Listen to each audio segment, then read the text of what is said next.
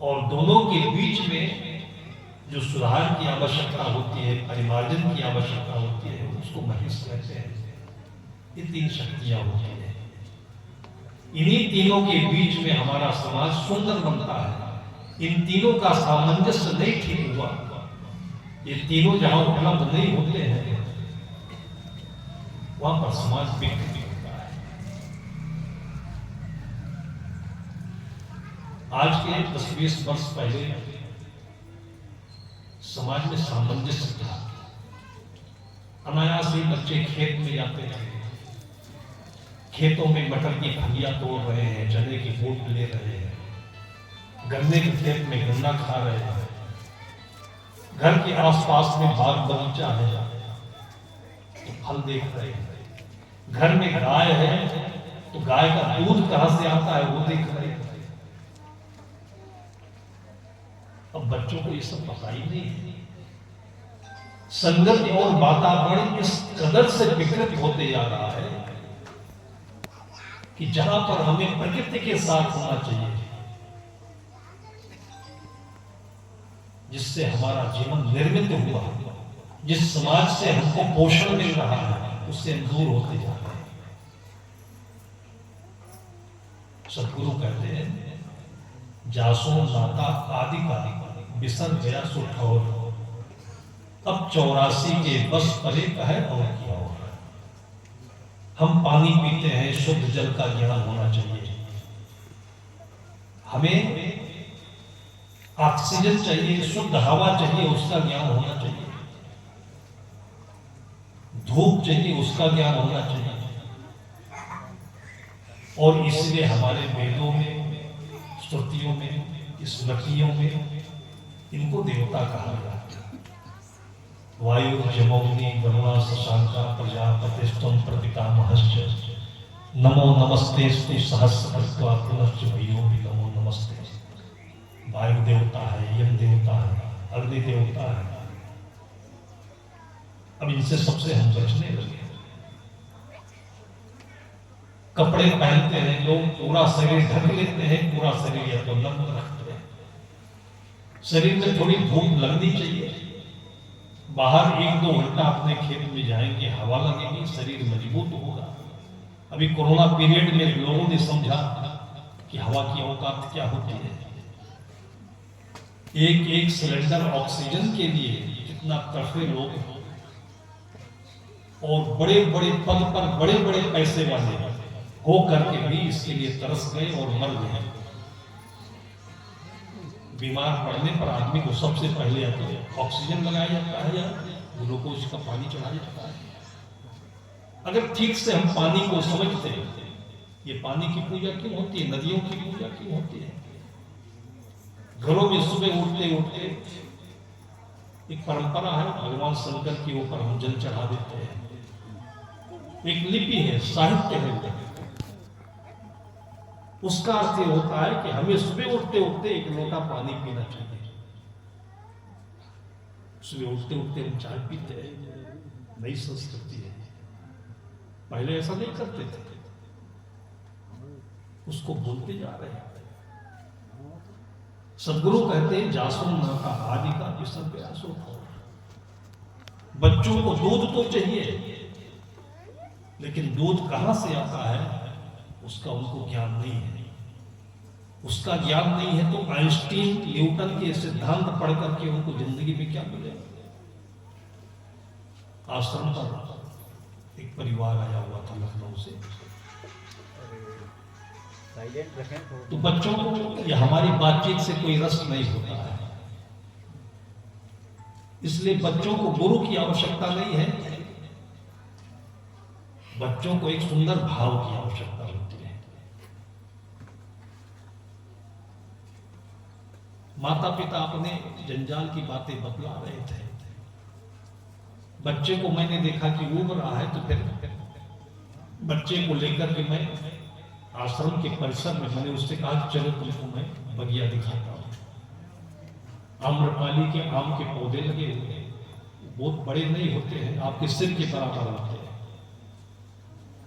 गर्मी के दिन थे, तो आम के बड़े बड़े फल थोड़ा पकने लगे तो कोई पीला हो रहा था, कोई सिंदूरी हो रहा था, कोई लाल हो रहा था। जाकर उन्हीं के पास खड़ा किया तो उस आम के फल को लेकर बच्चे अपना गाल टच कर रहे थे। इतने खुश हुए, ऐसा लगा कि उनको जिंदगी में कुछ मिला नहीं। ये उनके लिए सत्य है। फिर सेल्फी लिया उन्होंने, फिर उनसे कहा चलो तुमको मैं गाय दिखाता हूं। आश्रम में गाय पली थी, बहुत सी थी गाय, अच्छा दूध देती थी, 12-15 लीटर। जब मैंने कहा चलो गाय दिखाता हूं, तो बच्चा बोला गाय क्या चीज है। मुझे विश्वास नहीं, यकीन नहीं होता कि ये बच्चे ये भी बोल सकते हैं कि गाय क्या चीज है। शहर में पैदा हुए, शहर में पढ़ रहे, कॉन्वेंट में है, पैसा अच्छा घर में है, दूध खाते हैं, हमसे पूछते हैं गाय क्या चीज है। मैंने कहा दूध पीते हो, कहा पीते हैं। मैंने कहा दूध कहां से मिलता है, बोले डेयरी से आता है। ज्ञान डिस्कनेक्ट हो रहा है। जासो माता आदि का विसर गया सुखाओ। हमारा जो मूल संबंध था वो दूध से था, लेकिन दूध जहां से आता है वो मां, और वो सारे स्रोत हमसे दूर होते जा रहे हैं। अब 84 के बस पड़े, और वहीं से शरीर की बीमारियां, मन की बीमारियां, समाज का झंझट, कला, सब कुछ पैदा होता है। मां की गोद में रहकर कोई दुखी नहीं रह सकता है। पिता की छत्र छाया में पिता का बर्दाश्त हो तो कोई दुखी नहीं रह सकता है। आपने रामायण के सीरियल में देखा होगा कि जब भगवान राम उनके भाई ये सब राजकुमार रूप में थे, तो गुरुकुल में इनको प्रवेश करने का समय आ गया था। जो घुंघराले बाल थे उतार दिए गए। बालों में खूबसूरती होती है, लेकिन उसके बगैर भी खूबसूरती होती है। वृद्धावस्था की भी खूबसूरती है। प्रकृति के कण कण में खूबसूरती है। कोई भी चीज मिथ्या नहीं है, अनर्थ नहीं है, सबका अर्थ है। 2000 के 500 के नोट पर जो गांधी जी का चित्र छपा है, दांत नहीं मुझे अच्छा नहीं लगता क्या? वो अवस्था भी अच्छी है, लेकिन उस अच्छाई को देखने की दृष्टि होनी चाहिए। वो क्या है? भाव। वो बच्चों में होता है। इसलिए बच्चे जितना अपने माता पिता को पसंद करते हैं, उससे अच्छा और अपने दादा दादी को पसंद करते हैं। पढ़ना भी पसंद करते हैं, लेकिन खेलना और अच्छा पसंद करते हैं। घूमना भी पसंद करते हैं, खेत भी पसंद करते हैं। लेकिन आज ये सारे स्रोत डिस्कनेक्ट होते जा रहे हैं। वो किस लिए ऐसा हो रहा है कि समाज, ये वातावरण, ये संगति विकृत होती जा रही है।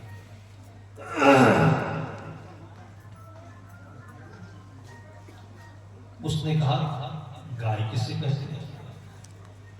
मैं गाय के पास गाय बैठी थी। जब भी मैं जाता हूं तो उस गाय के पास थोड़ी देर खड़ा होता था, पीठ पर हाथ रखूं, उसको देखूं, वो देखे। ये प्रकृति के शुद्ध अंग है। प्रकृति में जहां भी मन कम विकसित हुआ है या मन नहीं है, वहां पर खूबसूरती मिलेगी। हमारी खूबसूरती को हमारे मन ने बिगाड़ दिया। मन ने, चाहनाओं ने, ईर्ष्या ने, लालच ने। अगर लालच नहीं होता तो घर में सब कुछ खूबसूरत दिखता है।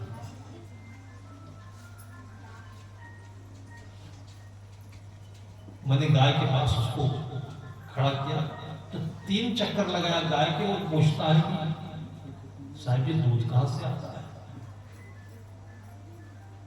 गाय बैठी थी, मैं उसके पीठ पर हाथ फेरता रहा तो लेट गई, आराम पाकर के लेट गई। फिर उसका स्तन खुल गया। फिर स्तन के पास में पहुंचा और एक स्तन पकड़ के जोर से दबाया और छल से उसके मुंह में दूध पहुंचा। पहली बार उसने देखा कि दूध की इतनी पतली धारा होती है जो गिलास में इतना बड़ा हो जाता है। इतनी जोर से हंसा, इतना खुश हुआ कि दूध यहां से आता है। हम अपने स्रोत से कितने दूर होते जा रहे हैं।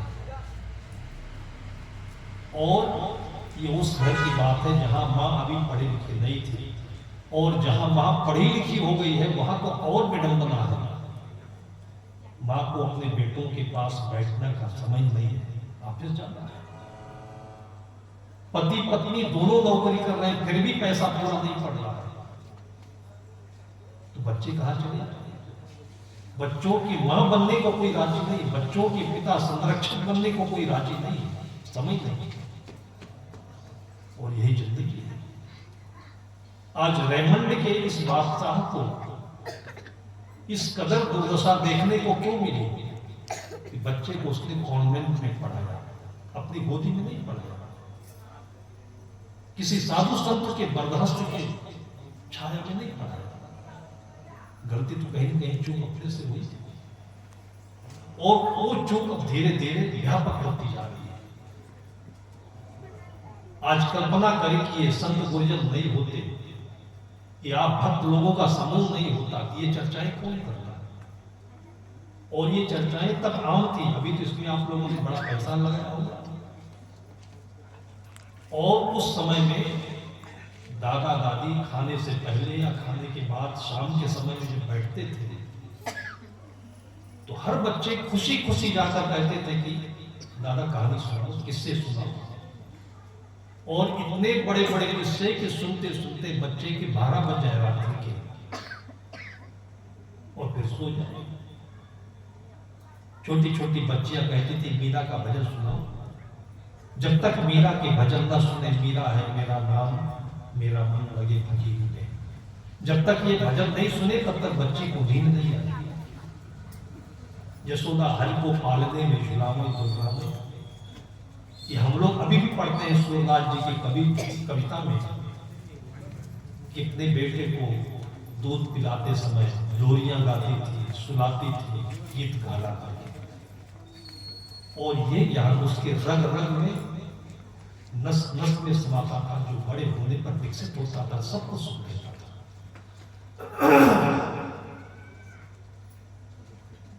बिरला जी अपनी फैक्ट्री घूमने गए थे, तो फैक्ट्री की जो चार दीवारी होती है बाउंड्री, उसी के पास से होकर गुजर रहे थे, तो दीवार के ईंटों के बीच से एक पीपल का पेड़ जग रहा था। लोगों को क्या पता, घरों में ऐसे कूड़ा पड़ा रहता है, कुत्ता आकर गंदगी कर देता है, सुबह का बाहर हुआ कूड़ा बहुत दिन तक नहीं पड़ा रहता है, कोई देखता नहीं। ये संस्कार अगर मां नहीं हो तो कोई नहीं दे सकता है, नौकर के भरोसे सब नहीं हो सकता है। बिरला जी तो गरीबी से पली बढ़े थे, तो उनकी निगाह पड़ी तो उनको ये लगा कि ये पेड़ बड़ा होगा तो दीवार को तोड़ देगा। उनके पीछे पूरी टीम थी, उनका जो जनरल मैनेजर था वो भी था, इंजीनियर थे, उसका स्टाफ भी था। तो उन्होंने अपने जीएम से कहा कि ये पेड़ नुकसान पहुंचा सकता है, इसको हटा देगा। वो पढ़ा लिखा आदमी है, जनरल मैनेजर है, बड़ा हो गया है, इतनी छोटी बात को उसको क्या मतलब। उस समय हाँ बोल दिया, लेकिन बाद में उसने कहा कि कोई दूसरे दिन देखने आते हैं, इतनी छोटी सी बात, इतनी छोटी सी बात, तो बड़ी बात किसे कहते हैं जिंदगी में? कोई कलेक्टर बन जाए, कोई कप्तान बन जाए, कोई मुख्यमंत्री बन जाए, प्रधानमंत्री बन जाए, तो बड़ी बात क्या चीज है? जो जिंदगी का अर्थ ना समझे, रोटी खाना, तो रोटी के साथ क्या होना चाहिए? रोटी के साथ में मक्खन होना चाहिए, घी होना चाहिए। अगर इस चीज का सही ज्ञान नहीं है तो हमारे देश की मजबूती के लिए क्या होना चाहिए, इसका भी ज्ञान होना मुश्किल है। और इसी प्रकार के नेता थोड़े दिन के बाद हार जाते हैं, और जो समाज में जाकर रचे बसे होते हैं, बच्चों के साथ बैठे, बूढ़ों के साथ बैठा, समाज में बैठा, वो समाज का दुख दर्द भी समझता है, वो कभी हारता नहीं है, वो हार करके भी जीता हुआ होता है, क्योंकि लोग उसको हमेशा हर जगह जहां मिलता है हारी पाते हैं। बिरला जी ने बोला, उसने बात टाल दी। संजोग बस दूसरे दिन बिरला जी फिर उसी रास्ते से निकले और देखा कि उनकी बात पूरी नहीं हुई। उनको ठेस लगी कि मैंने ये बात कही और इतना बड़ा अफसर ही है, हमारी बात को ऐसे ही व्यर्थ डाल दिया। तो उनका जो सबसे छोटे वर्ग का कर्मचारी होता है, जिसको चपरासी कहते हैं, लेकिन वो बिरला जी को अपनी गोदी में भी खिलाया था। उम्र ज्यादा हो गई थी, ईमानदार था, छोटे से बड़े सारे कार्य संभालता था।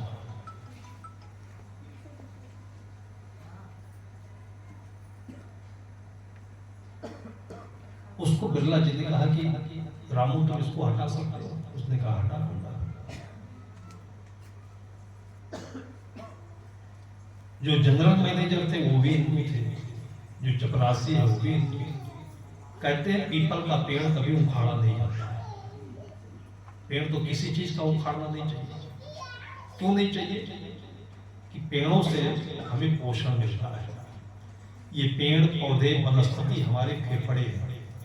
अगर वैज्ञानिक भाषा में हम बोले तो हमारे सीने पर जाए बाएं जो हमारी हवाओं को लेकर के और हमारे खून को मजबूत बनाते हैं, लाल बनाते हैं, जीवन को ऊर्जावान बनाते हैं, उसका नाम, उस यंत्र का नाम फेफड़ा है।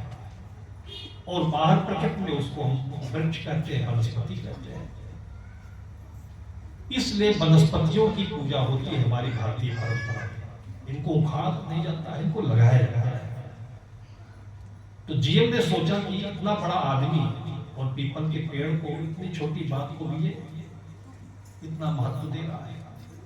इस बात को समझ नहीं पाया कि इसमें समाधान क्या हो सकता है। उसने बात डाल, लेकिन यही बात जो छोटा व्यक्ति देखा और उसको बिरला जी ने कहा कि उसको हटा सकते हैं, उसने कहा हटा। वो भी हिंदू था, उसको भी ये बात पता थी कि पीपल का पेड़ उखाड़ा नहीं जाता है, लेकिन उसको ये बात भी पता था कि पीपल का पेड़ उखाड़ने के बाद लग भी जाता है। कोई भी पेड़ लग सकता है। आजकल सरकारी योजनाओं में बड़े बड़े पेड़ जब हटाने का निर्देश होता है तो काटना असंवैधानिक है, इसलिए पूरा जड़ के साथ निकाल करके दूसरी जगह रख दिया जाता है। वही काम उसने किया कि धीरे से खुरपी लेकर के दोनों ईंटों के बीच से उस पेड़ को जड़ सहित निकाला और पास में वहां पर बहुत सारा जमीन खाली पड़ा हुआ था और एक जगह गड्ढा खोद करके लगाया और पानी डाल दिया। बात पूरी हो गई। दूसरे दिन बिरला जी यही देखने आए कि हमारी बात मानी गई कि नहीं। तो देखा तो पेड़ वहां नहीं था। तो बिरला ने पूछा कि रामू तुमने पेड़ क्या कर दिया? हटा दिया। उसने कहा सरकार हटा भी दिया और लगा भी दिया। एक ही काम के दो पहलू होते हैं और ये बुद्धि, सद्बुद्धि कहां से मिलती है? सत्संगत से, अच्छे वातावरण से। अच्छा वातावरण कौन है? प्रकृति है। इसी प्रकृति से तो सारा ज्ञान विज्ञान पैदा होता है। न्यूटन इसी से बने, आइंस्टीन इसी से बने, जितने भी महान वैज्ञानिक हुए इसी से बने। और आज की ये दशा है कि अपने बच्चों को हम थोड़ी देर के लिए भी खेत में नहीं जाने देते और बोलते हैं कि पढ़ाई कमजोर हो जाए। बच्चों को थोड़ी देर के लिए भी रसोई में नहीं जाने देते और यही वजह है कि किताब पढ़ते पढ़ते बच्चे जब ऊब जाते हैं तो मोबाइल में, और मोबाइल से उबते हैं तो किताब में, और दोनों से उबते हैं तो एंजाइटी में और डिप्रेशन में जाते हैं। जिस कदर से आज बच्चों को इस आज के वातावरण की विकृति के आगोश में लिया है और इसका कोई समाधान भी नहीं है। नई नई परंपराएं हम ले रहे हैं। बच्चों का जन्मदिन मनाते हैं, बड़ा अच्छा समाधान। पहले तो ऐसा कम करते थे। जन्मदिन नहीं मनाइए अपने पिता की, अपने पूर्वजों की पुण्य स्मृति मनाइए। जन्मदिन मनाने से बच्चा एक साल कम पढ़ता है, बच्चे की उम्र घटती है, वो याद रखता। और हमारे फिलोसफर कहते हैं, ऋषि मुनि कहते हैं कि अपनी उम्र को याद नहीं करो तो कभी बूढ़े नहीं बनोगे। बार बार उम्र गिन रहे बैठकर। आदमी का मन कभी बुरा नहीं होता है। जब संसार की चीजों से आदमी निराश होता है तब बूढ़ा हो जाता है। जन्मदिन मनाते हो तो जन्म के महत्व को सामने रखिए, और वो चीज को पता नहीं क्योंकि हमने अंधाकरण किया है तो जन्मदिन मनाते हैं केक काट करके मोमबत्ती बुझा कर। 10-20 वर्ष पहले कुछ नहीं होता तो होना शुरू हुआ था, क्यों हुआ ये? हम लोग भी बड़े आराम से काट देते थे। अंधे को अंधा मिला, रहा बतावे कौन। भाई केक काटने की क्या आवश्यकता है? कोई कड़ी चीज हो उसमें चाकू लगाते हैं। केक तो कहते हैं मक्खन से बनता है, और मक्खन तो ऐसे ही मुलायम है, उसको काटने की क्या आवश्यकता है? उसके साथ चाकू का प्रयोग क्यों करते हैं? ये पहली बार जयपुर में मुझे जब किसी बच्चे के जन्मदिन पर ये दृश्य सामने आया तो उसी समय हमारी चेतना में ये तर्क पैदा हुआ कि आखिर ये कर्मकांड क्यों आया। हमारे भारतीय परंपरा के एक एक कर्मकांड का एक अर्थ होता है। विवाह, दीपावली का पर्व हो, होली का पर्व हो, इसका सबका एक सार्थक अर्थ है जो जीवन को सुंदर बनाता है, खूबसूरत बनाता है। लेकिन केक काटने का क्या अर्थ है? मैंने उस घर वाले से पूछा, भाई हमको ये केक काटने के लिए क्यों बोल रहे हो? काहे काटा जाता है? मैंने कहा कि कोई कारण बताओ इसमें। चम्मच लीजिए, उठाइए, खिलाइए, मिठाइए, काटते क्यों नहीं? और अगर आप काटते हो उस बच्चे के सामने तो आज तुम केक काटते हो, कल ये बच्चा तुम्हारा गर्दना भी काटेगा तो इसको दर्द नहीं आएगा। हमारे साधु संत जब घर में जाते हैं तो साग सब्जी काटते नहीं, सुधारते हैं। हमारी भारतीय परंपरा में दुकान बंद नहीं किया जाता है, बढ़ाया जाता है। मोमबत्ती बुझा, ये जलता हुआ दीपक आपके बच्चे की जिंदगी है, उसको बुझा रहे हैं। मतलब आज एक वर्ष बुझा आपकी जिंदगी, और हमारे संत को आत्मज्ञान देते हैं कि एक एक वर्ष वो ज्ञान मिलेगा कि जिससे वो बुझेगा नहीं, प्रज्वलित होता जाएगा और अमर हो जाएगा।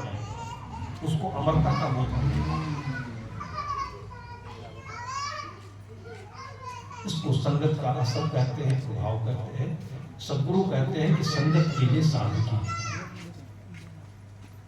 एक अनपढ़ बालक और संगत में रह करके वो विद्या प्राप्त की कि आज बिरला जी के मन में जो शंका थी वो समाधान मिला कि जो उसके पास में इतना बड़ा पढ़ाई किया हुआ जनरल मैनेजर था उसको तुरंत हटा करके उसकी जगह पर फिर उसको जीएम बना दिया।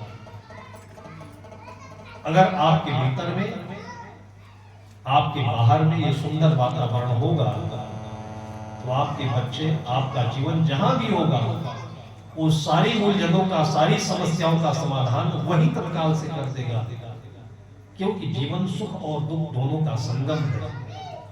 जब इससे आप दुख बनाते हो तो इसी से सुख भी बना सकते हो, लेकिन इसके लिए बोध होना चाहिए, ज्ञान होना चाहिए और अपने भीतर संवेदना होनी चाहिए। ज्ञान तो सर्वत्र होता है, कोई ऐसी जगह बाकी नहीं जहां पर ज्ञान नहीं हो। माँ भोजन बनाती थी, उसी के पास बैठे बैठे वो बच्चा वैज्ञानिक हो गया जिसको स्कूल में मास्टर साहब ने कहा कि ये तो गधा है, तुम हमारे स्कूल में पढ़ने मत आना। आप अपने बच्चों को सुनाइएगा और अपने बच्चों को अपने पास बैठाइएगा। आज जो हमारे स्कूली ज्ञान का इतना घोर अंधविश्वास, आज मैंने देखा कि महाराष्ट्र के राज्यपाल ने, वर्षों से मैं सोचता रहता था कि बच्चों को कम से कम 15 घंटे सोना चाहिए और रात में आप 12 बजे सुलाते हो, क्योंकि नौकरी देर से आते हैं, धंधे से देर से आते हैं, घर में टीवी चलता रहता है, बच्चे सोए कैसे? सोने के लिए तो शाम के बाद से ही वातावरण बनते रहना चाहिए। घर में अंधेरा हो, खाना पीना पहले हो जाना चाहिए, तब उसके बाद बच्चे सो जाते हैं। रात सोने के लिए होती है और दिन करने के लिए होती है। अब बच्चे 12 बजे सो रहे हैं और सुबह 4 बजे उनको 5 बजे उठा रहे हैं, तो कितने घंटे सोए? 5 घंटे। और 5 घंटे में नींद कैसे पूरी होगी? जिन बच्चों को 12 घंटे 15 घंटे सोने चाहिए, 5 घंटे की नींद कैसे पूरी होगी? और यही वजह है कि आगे चल करके बच्चे पढ़ते तो नहीं है लेकिन एंजाइटी में चले जाते हैं, और जब कोटा जाते हैं डॉक्टर और इंजीनियर बनने के लिए, तो आपको पता है कि नहीं पता है, वह आत्महत्या करके मरते हैं। प्रति वर्ष कोटा शहर में 35-40 बच्चे आत्महत्या करके उनकी लाश आती है, डॉक्टर नहीं बनते। बचपन तो सोने के लिए है, बचपन खेलने के लिए है, किससे कहानी सुनने के लिए। अब जाकर के इतने वर्षों के बाद पहली बार मैंने किसी एक अथॉरिटी वाले व्यक्ति को, राज्यपाल को कहते देखा कि बच्चों को सोने का समय पढ़ना चाहिए। इसके लिए उन्होंने सरकारी शिक्षा के अधिकारियों को सम्मति दी कि आप लोग अपने स्कूल का टाइम टेबल थोड़ा बदलें, जिससे को बच्चों को अच्छी तरह सोने का समय मिल सके, खाने का समय। सुबह 6 बजे को भूख लगती है और बच्चे नींद से उठे, नींद पूरी नहीं, खाते भी नहीं, सीधे टिफिन भर देते हैं और जाते हैं स्कूल। वो भी स्कूल पहुंचते हैं 8 बजे और बस में बैठ जाते हैं 6 बजे। 2 घंटे शहर में घूमता रहता है बच्चा, उसी बस में झूलता रहता है। ये कोई पढ़ाई है? केवल पैसे का ऐसा खेल है कि वो पैसा कमा रहा है, आप अपने बच्चे की जिंदगी खो रहे हो। न उसको ज्ञान है और ना आपको ज्ञान है। पढ़ाई तो अच्छे वातावरण में होते हैं। स्कूल में बच्चा पढ़ने जाता था, उसको जो पढ़ना चाहिए वो मास्टर साहब पढ़ाते नहीं थे। वो कहते थे कि इसको रटो। बच्चा कहता रटो क्यों? आप कोई नई चीज बताइए। जब मास्टर साहब परेशान हो गए तो उसको 2 झापड़ मारकर बोला, तुम गधे हो, स्कूल में पढ़ने मत आना। बच्चा रोता हुआ मां के पास आया। मां ने रोने का कारण पूछा तो बच्चे ने कहा कि गुरुजी ने कहा कि तुम गधे हो, मेरे स्कूल में नहीं पढ़ गया। आज की मां होती तो उठा के डंडा पीटती, नाक कटा के आया घर में।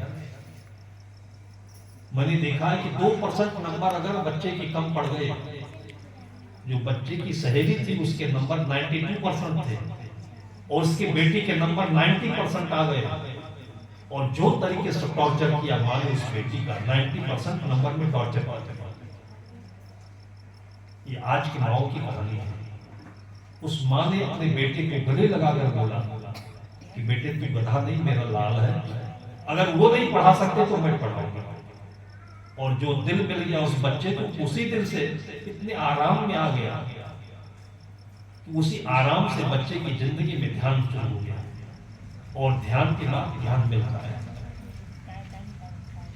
माँ के साथ साथ खेत में, खलिहान में, दुकान में, सरसोई में, हर जगह चलता रहता है। एक दिन माँ ने अंगीठी पर केतली में पानी रख करके और बेटे से कहा, बेटा बैठिए, मैं कुछ सामान दुकान से लेकर के आती हूँ और भी चाय बना रहा है। आराम से बच्चा बैठा था। थोड़ी देर के बाद केतली का जो ढक्कन है वो उछलने लगा, खन खन की आवाज होने लगी। उसकी चेतना जगी, क्योंकि वो सही ध्यान में था। ध्यानम निर्विषयम मनः, पतंजलि ने जो सूत्र में कहा है, आज तक इसकी परिभाषा ढूंढते बताते हम लोग ध्यान नहीं समझ पाते। कितनी कठिनाई में, कितनी जटिलता में प्रवेश करते जाते हैं ध्यान को समझने के लिए। ध्यान हमारे साथ में है। जिस समय आपके चित्त में किसी प्रकार का कोई तनाव नहीं है, बिल्कुल आराम में है, राम के साथ है। आराम किसे कहते हैं? जिस क्षण आपके साथ राम होता है। राम का मतलब आपका पूरा जीवन। आपके पास क्या चीज नहीं है, किस चीज के लिए टेंशन करते हैं? जब जिंदगी ही नहीं रहेगी तो पैसा क्या करोगे? जिंदगी नहीं रहेगी तो नौकरी क्या करोगे? जिंदगी है तो सब कुछ है। इसका नाम राम है, और इसको याद रखो तो आराम। वो आराम से बैठा था, तो आराम में ध्यान सही होता है, तो उस ध्यान में उसको ये आया कि ये ढक्कन हिलने क्यों लगा, खन खन क्यों करने लगा। तब अंदर से इसका सिस्टम है वो उत्तर देता है, इस केतली में जो पानी था ये आग पा करके गर्म हुआ, और गर्म होने के बाद कुछ बना, और जो बना है ये ढक्कन को उछाल रहा है। और इस घटना को हम आप रोज देखते हैं, हजारों वर्षों से पीढ़ियों ने देखा, लेकिन ध्यान में नहीं देखा, इसलिए इसका उत्तर नहीं दिया। उस बच्चे के मन में उत्तर दिया, इस पानी से जो बनता है उसका नाम भाप है, और भाप में शक्ति होती है जिसने ढक्कन को उछाल दिया है। और वही आज टॉप मोस्ट का वैज्ञानिक कहा जाता है, जिसका नाम जेम्स वाट है। पीछे से जॉर्ज स्टीफेंसन ने उसी भाप से फिर जो इंजन दौड़ रहे हैं आसमानों पर, उसका आविष्कार किया था। उस बच्चे को कभी हम रसोई में बैठने नहीं देते, खेतों में जाने नहीं देते। सदगुरु कहते संगत कीजिए साधु की, हरे और की याद। जिस दिन घर पर संत आते हैं और बच्चे की पढ़ाई का नुकसान हो जाएगा, घर में बच्चों को पढ़ने नहीं देते। किस पढ़ाई की तरफ ले जाते हैं बच्चों को? आज सुंदर वातावरण है, और मैं समझता हूं कि संतों के आने का गांव में कोई भी कार्यक्रम हो, इसका सबसे अच्छा जो फायदा होता है ये बच्चों को होता है। माँ को भी होगा तो बच्चों को मिलेगा, क्योंकि दूध माँ का होता है। घर आंगन में संत आएंगे, उसका फायदा बच्चों को होता है। मैं घर से विदा हो रहा था, सामान घर वाले निकाल कर बाहर खुश थे कि बलाई खत्म हो गई, साधु बैठा बैठा घर में खा रहा है। समाज की देखा देखी लोग साधु को बुला लेते हैं, लेकिन उसका जो अर्थ है उसको न समझ पाने के कारण से औपचारिकता होती, साधु आया, खिलाया, पूजा दिया, चला गया, सामान बाहर निकाला जा रहा है। उसका छोटा बेटा उंगली पकड़ करके, मैं सुन रहा था, धीरे धीरे बोल रहा था, पापा साहब जा रहे हैं, बोलो ना, फिर कब आएगा। वो गुस्से में था, कोई टेंशन ले रहा होगा, कुछ बोले नहीं। 2 बार बोला बच्चे ने, पापा साहब से बोलो ना कब आएगा। तीसरी बार झुंझला कर बोला, साले तेरे को क्या मिलता है साहब जी। मतलब ये पिता का उत्तर है। बच्चों को संतों से इतना लगाव क्यों होता है कि जो संत होते हैं वही बच्चे बच्चे हैं। दोनों निर्मल, दोनों बाल स्वभाव। उसने कहा कि संत कब आएंगे, साहब कब आएंगे तुम्हारा। वो गाली देकर बोलता है, साले तेरे को क्या मिलता है साहब की। तो बच्चे ने बड़े आराम से उत्तर दिया कि साहब, पापा जब साहब आते हैं तो सेब खाने को मिलता है, संतरा खाने को मिलता है। ये भी एक हकीकत है, प्रसाद खाने को मिलता है। कुछ नहीं मिलता है तो कम से कम डंडा खाने को तो नहीं मिलता है। कई बच्चों से मैंने पूछा कि तुमको अपनी जिंदगी के सबसे अच्छे क्षण, खूबसूरत क्षण कब लगे। कई बच्चों को मैंने पूछा और बड़े गजब का उत्तर दिया बच्चों ने। एक बच्चे ने कहा कि साहब मैं बताओ, मैंने कहा बताओ। उसने कहा साहब जब स्कूल में छुट्टी की घंटी लगती है ना, तब बड़ा अच्छा लगता है। दूसरे ने कहा कि जब साहब घर में साहब आते हैं तब अच्छा लगता है। दोनों खूबसूरत। खूबसूरती क्या है? अपने जीवन की आजादी। रात दिन माँ बाप लड़ते हैं, टॉर्चर करते हैं, उसका गुस्सा बच्चों को झेलना पड़ता है। जब घर में संत आते हैं तो लड़ना शांत रहता है। तो घर में खीर बनेगी, पूड़ी बनेगा, तो खीर पूड़ी का सही स्वाद उस दिन आता है जिस दिन संत रहते हैं।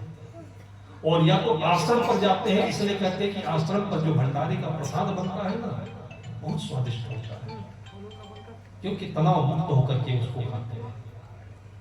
इसलिए एक बार इस अर्थ को अपने जीवन में बनाएं, उतारें। सबके घर आंगन में ऐसे ही आश्रम का वातावरण देखने को मिलता रहे। यही आप सबकी तरफ से हम लोगों के लिए भेंट है, पूजा है, यही हमारी आरती है। घर घर में ऐसे बच्चों की आरती होती रहे। ऐसे शुभकामनाओं के साथ में मैं अपनी चर्चा को विराम देता हूँ। ये तो शायद खुशी जाए, तो मैं तो थोड़ा करबद्ध और निवेदन करूंगा कि कुछ देर और हम लोगों को अमृत विचारों से थोड़ा सराबोर करें, क्योंकि सभी